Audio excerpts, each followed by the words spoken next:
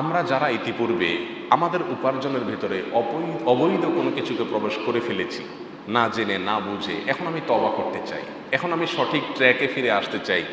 আমার উপার্জনে যে পরিমাণ হারাম আছে সেটাকে ফিল্টার করে আমি বের করে আমি সেখান থেকে মুক্ত হতে চাই। তাহলে আমার তওবা করার উপায়টা কি? অনেক মানুষ মনে করেন যে আমি ইতিপূর্বে হারাম উপার্জন করেছি, অন্যের হক মেরেছি, সুদ ঘুষের কারবার করেছি, যত রকম অন্যায় উপার্জন হতে পারে, অবৈধ উপার্জন হতে পারে, তার কোনো না কোনোটার সাথে হয়তো আমার সংশ্লিষ্টতা ছিল বা কোনো একটার সাথে সংশ্লিষ্টতা ছিল। এভাবে আমার যে উপার্জনগুলো আমার সম্পদের মধ্যে যুক্ত হয়ে গেছে ইতিমধ্যে, আমি সেখান থেকে আল্লাহর কাছে ক্ষমা চেয়ে যদি তওবা করি যে আল্লাহ আমি আর জীবনে করব না, তাহলে বোধহয় ইতিপূর্বে যা করেছি সেগুলো সব হালাল হয়ে যাবে। ব্যাপারটি কিন্তু সেরকম না। অন্যান্য অপরাধ, একজন মানুষ জেনা করে ফেলেছেন, একজন মানুষ মিথ্যা কথা বলে ফেলেছেন, একজন মানুষ একটা হারাম জিনিস দেখে ফেলেছেন, হারাম জিনিস শুনে ফেলেছেন, এ সমস্ত ক্ষেত্রে তিনি যদি আল্লাহর কাছে মাফ চান যে আল্লাহ আমি এই অন্যায় কাজটি আর কখনো করব না, যেটা হয়ে গেছে আপনি আমাকে মাফ করে দিন, আশা করা যেতে পারে আল্লাহ সুবহানাহু ওয়া তাআলা তাকে মাফ করে দিবেন। কিন্তু কারোর অর্থনৈতিক অধিকার অথবা যে কোনো অধিকার, অন্য মানুষের অধিকার যদি আপনার কাছে থাকে, পাওনা যদি আপনার কাছে থাকে, সেক্ষেত্রে আপনি আল্লাহর কাছে চিৎকার করে করে যদি বলেন আল্লাহ আমি আর জীবনে একটি পয়সাও অবৈধ উপার্জন করব না, সারা জীবন যদি চিৎকার করতে থাকেন, আপনার আগেরগুলো কোনো অবস্থাতেই হালাল হয়ে যাবে না। কথা কি বুঝাতে পারছি? তাহলে অবৈধ উপার্জন থেকে তওবা করার জন্য দুটি কাজ করতে হবে। নাম্বার এক, লজ্জিত হয়ে আল্লাহর কাছে তওবা করতে হবে, প্রতিজ্ঞা করতে হবে যে আমি অন্যায়ের পথে আর পা বাড়াবো না।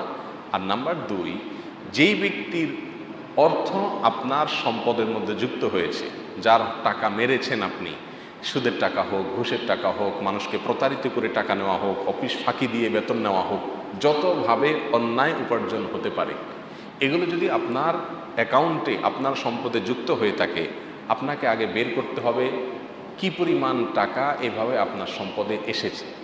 চূড়ান্ত তালিকা বা চূড়ান্ত অ্যামাউন্ট যদি আপনি ঠিক করতে না পারেন, আনুমানিক একটা অঙ্ক আপনাকে বের করতে হবে যে এটার বেশি হবে না। এরপরে মালিক যদি পাওয়া যায় বা মালিকের আপনার সংবাদ যদি আপনার জানা থাকে, তাহলে মালিকের কাছে সেই টাকাটা পৌঁছাতে হবে। জটিল একটি বিষয়।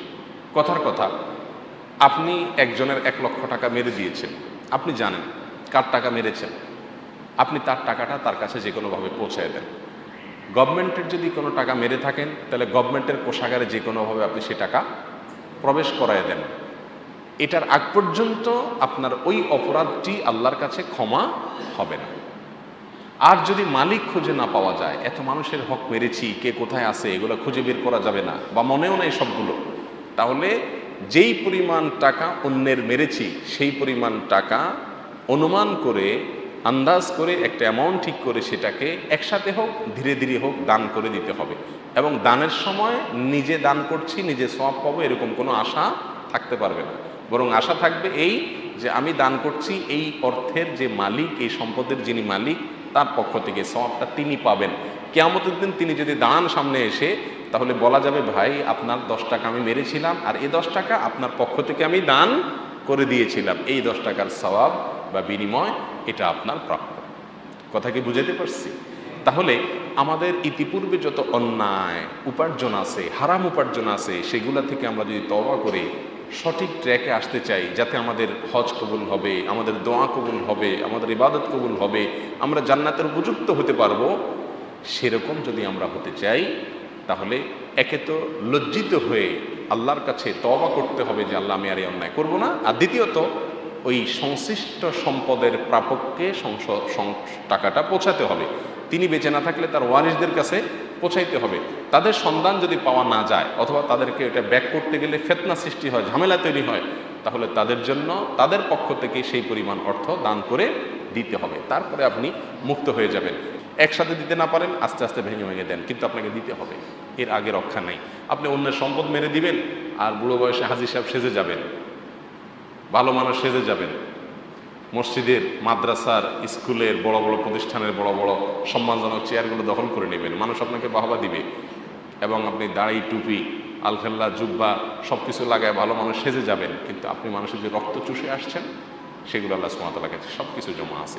মানুষের হক, বান্দার হক আল্লাহ সুবহানাহু ওয়া তাআলা কখনো মাফ করেন না, এটা ডেঞ্জারাস। আল্লাহর হক আল্লাহ সুবহানাহু ওয়া তাআলা চাইলে যাকে ইচ্ছা তাকে মাফ করেন। আল্লাহ সুবহানাহু ওয়া তাআলা আমাদের সকলকে বুঝার তৌফিক দান করুন।